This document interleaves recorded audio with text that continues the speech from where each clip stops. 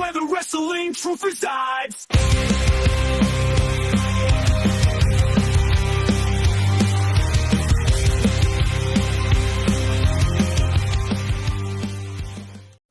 All of a sudden, there's a camera in my face, and it's Randy interviewing me, and he goes, "You almost just went face-to-face with Paul Dowling. How do you feel?" And I just went off of the camera for like 2 minutes. It was the wildest thing. And then at the end, there's just a Alexander Lee cameo of him and a horse, and he's just standing in the middle of the room, and he's just going like this with the horse mask, and then just like wobbling his head, and like then just rolling. It was the most thing ever. So Ben being Ben, gotcha. Literally, it was just the most gad thing ever. Yeah. Dude, it's just like we were just talking, like just having a conversation. Ben disappeared and came back, and we're just still talking, out shooting the shit, and just turned, and he's just like, "Paint me like one of your French girls wearing an alien mask." We're just like, "What the fuck?" Like, he wasn't like rubbing his nipples or something. Probably was. Honest to God, with that, it's not. It's so funny because like I expect the unexpected. The promo.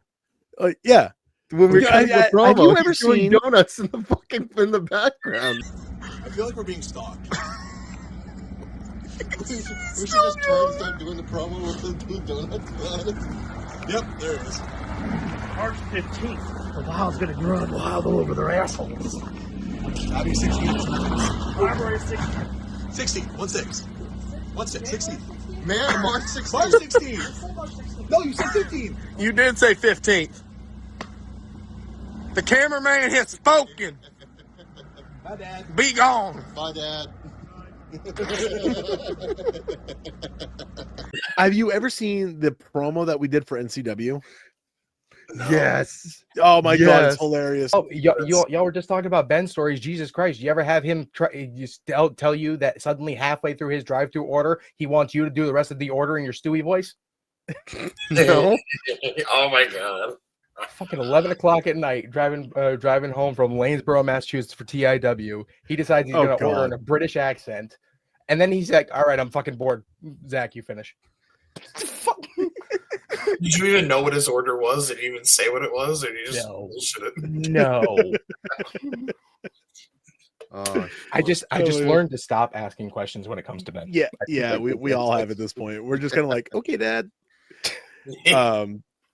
Quick, Dad. Actually, speaking of, like, it was like the last the Ring Wars show, and he's just yelling random non sequiturs about Tom Hardy at us, and we're just like, "Sure."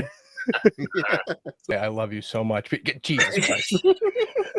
That's not on part. What show is this? Because I think I remember this. This was This was after. I can't remember. I'm going to say it right here. I'm saying it right here. It is February 21st, 2025, 9:08 p.m. I'm saying officially for the next Limitless or Let's Wrestle Year End Awards, most memeable wrestler needs to happen, and it needs to be Ben every fucking time. Yes, every single time.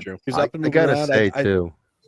gotta say, Dad is, whenever somebody's hurt, Dad is always the first one right there through the curtain. Like, he'll make sure everyone's good. Okay. He let me say this about Ben, and I say this in the nicest way possible. He is the most deceptive person you will ever meet, because he's one of those people who like truly makes you believe that he hates all of fucking humanity. But the second that he knows that he actually cares about you, he will freaking go to war. Yeah. He's just a very good person. Such an amazing guy. Some promoter was trying to fuck with his students, and he let them know. I've heard. Like, I will drive to your house and beat the shit out of you in your front yard. Yeah. He's like, like, why I love my Ben. The things that I have heard come out of Ben's mouth, to this day, my favorite will still be, "I will come over there and piss on your rhubarb." That's what I love about Ben too. It makes no sense. Like, you kind of get an insult. I'm gonna have to find the Ben video that I have from that first same trip we were talking about earlier, from when he had decided that I was gonna do the rest of his takeout order, the Stewie Griffin voice.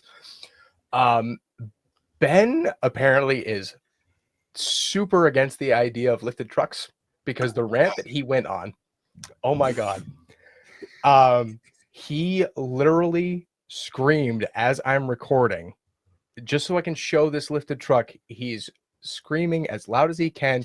Look at this shit. He's going slow. He's got a jacked up truck for his fucking tiny dick. And then as soon as I turn the camera back around and I say, what have I gotten myself into? Ben finishes the video with, I hope you don't send that to your pastor. I can't pull this up on here, so I have to play it from my phone. But this was August 2019 at the Skowhegan State Fair. This is Ben introducing Matt Mahoney from behind the curtain. Accompanied to the ring by Russ and Robbie, wearing the entire color orange, the runner-up of the 2013 Pioneering Contest of Litchfield, Mr. Matt Mahoney. He literally looked at me and forgot what your name was. I'm so Thanks, Ben, fucker. Oh, and by the what's way, even better is when he actually completely forgets your name and just calls you your shoe name. He then made it worse by calling my opponent Dexter's most popular male stripper of 2019. And considering who my opponent was for that match, I just want to dry heave thinking about it. I'm tired. Okay, who was it? Send it, but I'm just gonna put it like this. So he has a fucking one of those granny things for fucking bowling. Jesus Christ. He put it in center. And it still wouldn't fucking. Oh my God, Ben.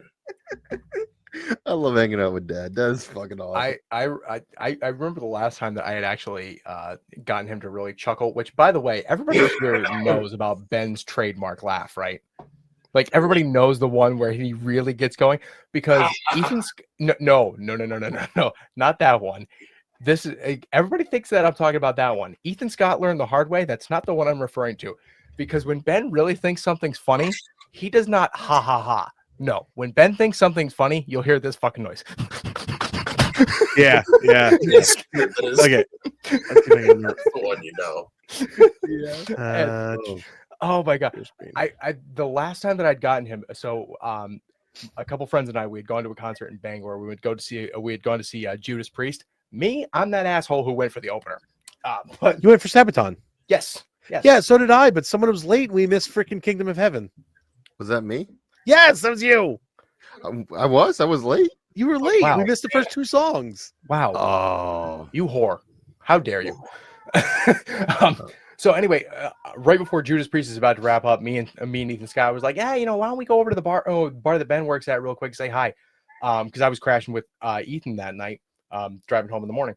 And I went over, we went over to the bar, and Ben wasn't expecting to see me, but he comes up, he gives me a big hug, and he goes, oh, so what did you think of the concert? I was like, well, I mean, Sabaton was great, and Judas Priest was great, but I feel like they really cranked up the volume when Judas Priest came out. Yeah, you couldn't understand Halford at all. He was like, really? Was it that bad? I said, dude, it was like they turned the volume not up to 10, not up to 11, but fuck your ears in the head they wrote in on. Yeah. My favorite promo. My favorite promo. It's this one, and then the one with King Eric and him. All right. Ready? Yeah, full screen this bitch. Perfect. Oh my. Hey, nice, pretty. What you got going on? You got the donkey too. Hi, kids.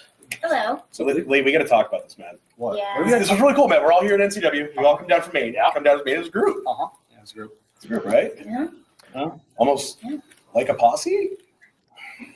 Hey, wait. Does that mean we get to be the main? Don't you? Yes.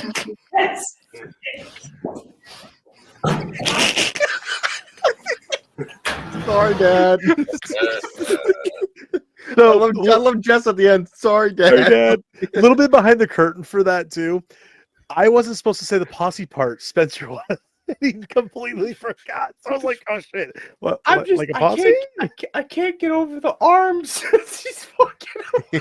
He worst pulls part- his pants up like you're like Oracle. And We did that one. That was one take, by the way. One take, and I'm sitting there trying not to burst out laughing because I'm like, I knew the minute I saw Ben grab his shorts, I'm like, oh god, those are going up on his nipples. He's another one of those guys. He's another one of those guys too. Like I've honestly said, like you guys asked her, it was like if there was ever a chance for one more run on me, if I was ever going to have that one more run, he's who I'd want to end it with, and I've told him that. Yeah. Just because like Ben and I have had so much fucking fun when we wrestled together.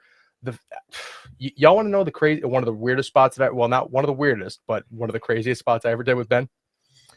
So fatal 4-way match. Yawning. It's me, Ben, Calvin Strange, and Amber.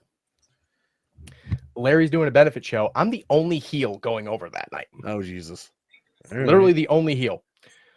They decide that we're going to do a Tower of Doom spot. Amber is on the top rope getting ready. I stop, go for the big freaking the base. I'm the assuming. big fall away. Yeah, Yeah. fall away. Calvin under one leg, Ben under the other. There is one photo where Ben looks like he is in so much pain trying to lift me up.